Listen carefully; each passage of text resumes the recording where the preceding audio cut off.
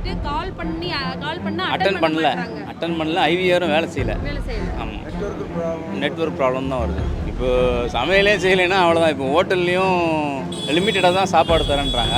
சமையல் செய்யலைன்னா என்ன பண்ண முடியும்? நம்ம விறகடுப்பு கூட வச்சு பயன்படுத்துறது கிடையாது. ரொம்ப கஷ்டமாக தான் இருக்கும். இந்த நிலைமைக்கு கவர்மெண்ட்டு தான் ஒரு நல்ல ஒரு தீர்வை கொடுக்கணும். மெசேஜ் வராத காரணத்துக்கு நான் வந்தேன். இப்போ ஃபோன் போட்டு பார்த்தாக்கா சுவிட்ச் ஆஃப் தான் வருது. வணக்கம்.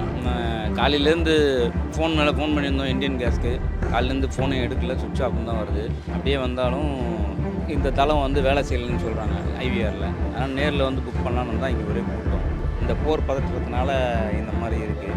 இப்போ கேஸ் வந்துட்டு கால் பண்ணா அட்டன் பண்ணல. ஐவிஆரும் வேலை செய்யல. ஆமாம், நெட்வொர்க் ப்ராப்ளம் தான் வருது. அது ரொம்ப தட்டுப்பாடாக இருக்கும்னு நினைக்கிறேன். கொஞ்சம் கஷ்டமாக உங்கள் வீட்டில் கேஸ் தீர்ந்துருச்சா? ஆமாம், தீர்ந்துருச்சு. ஃபோன் பண்ணி தான் இப்போ வந்தோம். நேரில் வந்து பார்த்தா எவ்வளோ கூட்டம் இருக்குது. பஸ்ஸெல்லாம் புக் பண்ணோன்னே எத்தனை நாளில்? ஒரே நாளில் வந்து. இன்னைக்கு எத்தனை நாளாக ட்ரை பண்ணிட்டு இருக்கீங்க? 2 நாளாக ட்ரை பண்ணியிருக்கோம். நேற்று வரல. அதனால தான் சரி நேரில் வந்தோம். சரி, இதனால என்னென்ன பாதிப்புகள் வரும்னு பயமாக இருக்கு? இப்போ சமையலே செய்யலைன்னா அவ்வளோதான். இப்போ ஹோட்டல்லையும் லிமிட்டடாக தான் சாப்பாடு தரேன்றாங்க. சமையல் செய்யலைன்னா என்ன பண்ண முடியும்? நம்ம விறகடுப்பு கூட வச்சு பயன்படுத்துறது கிடையாது. ரொம்ப கஷ்டமாக தான் இருக்கும். இந்த நிலைமைக்கு கவர்மெண்ட்டு தான் ஒரு நல்ல ஒரு தீர்வை கொடுக்கணும். அதுக்கு கேட்டு எவ்வளோ நேரமாக நிற்கிறீங்க இங்கே? நாங்கள் ஒரு 1/2 hour நிற்கிறோம். வரவங்களுக்கு என்ன புக் பண்ணி கொடுக்குறாங்களா? அதுதான் உள்ளே போனால் தெரியும் எப்படி இருக்குன்ட்டு.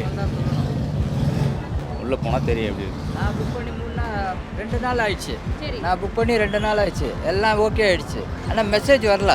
மெசேஜ் வராத காரணத்துக்கு நான் வந்தேன். இப்போ ஃபோன் போட்டு பார்த்தாக்கா சுவிட்ச் ஆஃப் தான் வருது. ஸோ இங்கே வந்து பார்த்தாக்கா இவ்வளோ க்ளோடு இருக்குது. இங்கே முதல்ல புக் பண்ண உடனே உங்களுக்கு எனக்கு மெசேஜ் வந்துடும். அந்த டைமில் வந்து இந்த டேட்டுக்கு வந்து எடுத்துன்னு போயிடுங்க. ஸோ இந்த டேட்டுக்கு டெலிவரி ஆகிடும்னு சொல்லுவாங்க. நான் டெலிவரிக்கு நானே வந்து டெலிவரி வாங்கிட்டு போயிடுவேன். ஏன்னா இங்கே இருக்கிற வேலை செய்கிற ஆளுங்க சில பேர் நல்லா இருக்காங்க. ஸோ எனக்கு எடுத்தாடுற ஆள் வந்து சரி கிடையாது. அதனால் நானே வந்து எடுத்துன்னு போயிடுவேன். இந்த மாதிரியான ஒரு சூழ்நிலையில் உங்களுக்கு ஒரு பயம் வந்திருக்கும்ல, ஐயோ சாப்பிட்ற சாப்பாடுக்கே இந்த மாதிரி சமைக்கிற எரிவாயு நம்மளுக்கு கிடைக்கல அப்படிங்கும்போது உங்களுக்கு என்ன தோணுது? சமைக்கிற பொருள் வந்து சமைக்க முடியலனாக்கா எல்லாருக்கும் ஒரு தோன்றது தான் அது. எல்லாருக்கும் மற்றவங்களுக்கு தோன்ற மாதிரி தான் எங்களுக்கும் தோணும். ஸோ ஹோட்டலில் போனாக்கா என்ன ஆகும்? நமக்கு செலவு தான் ஜாஸ்தி.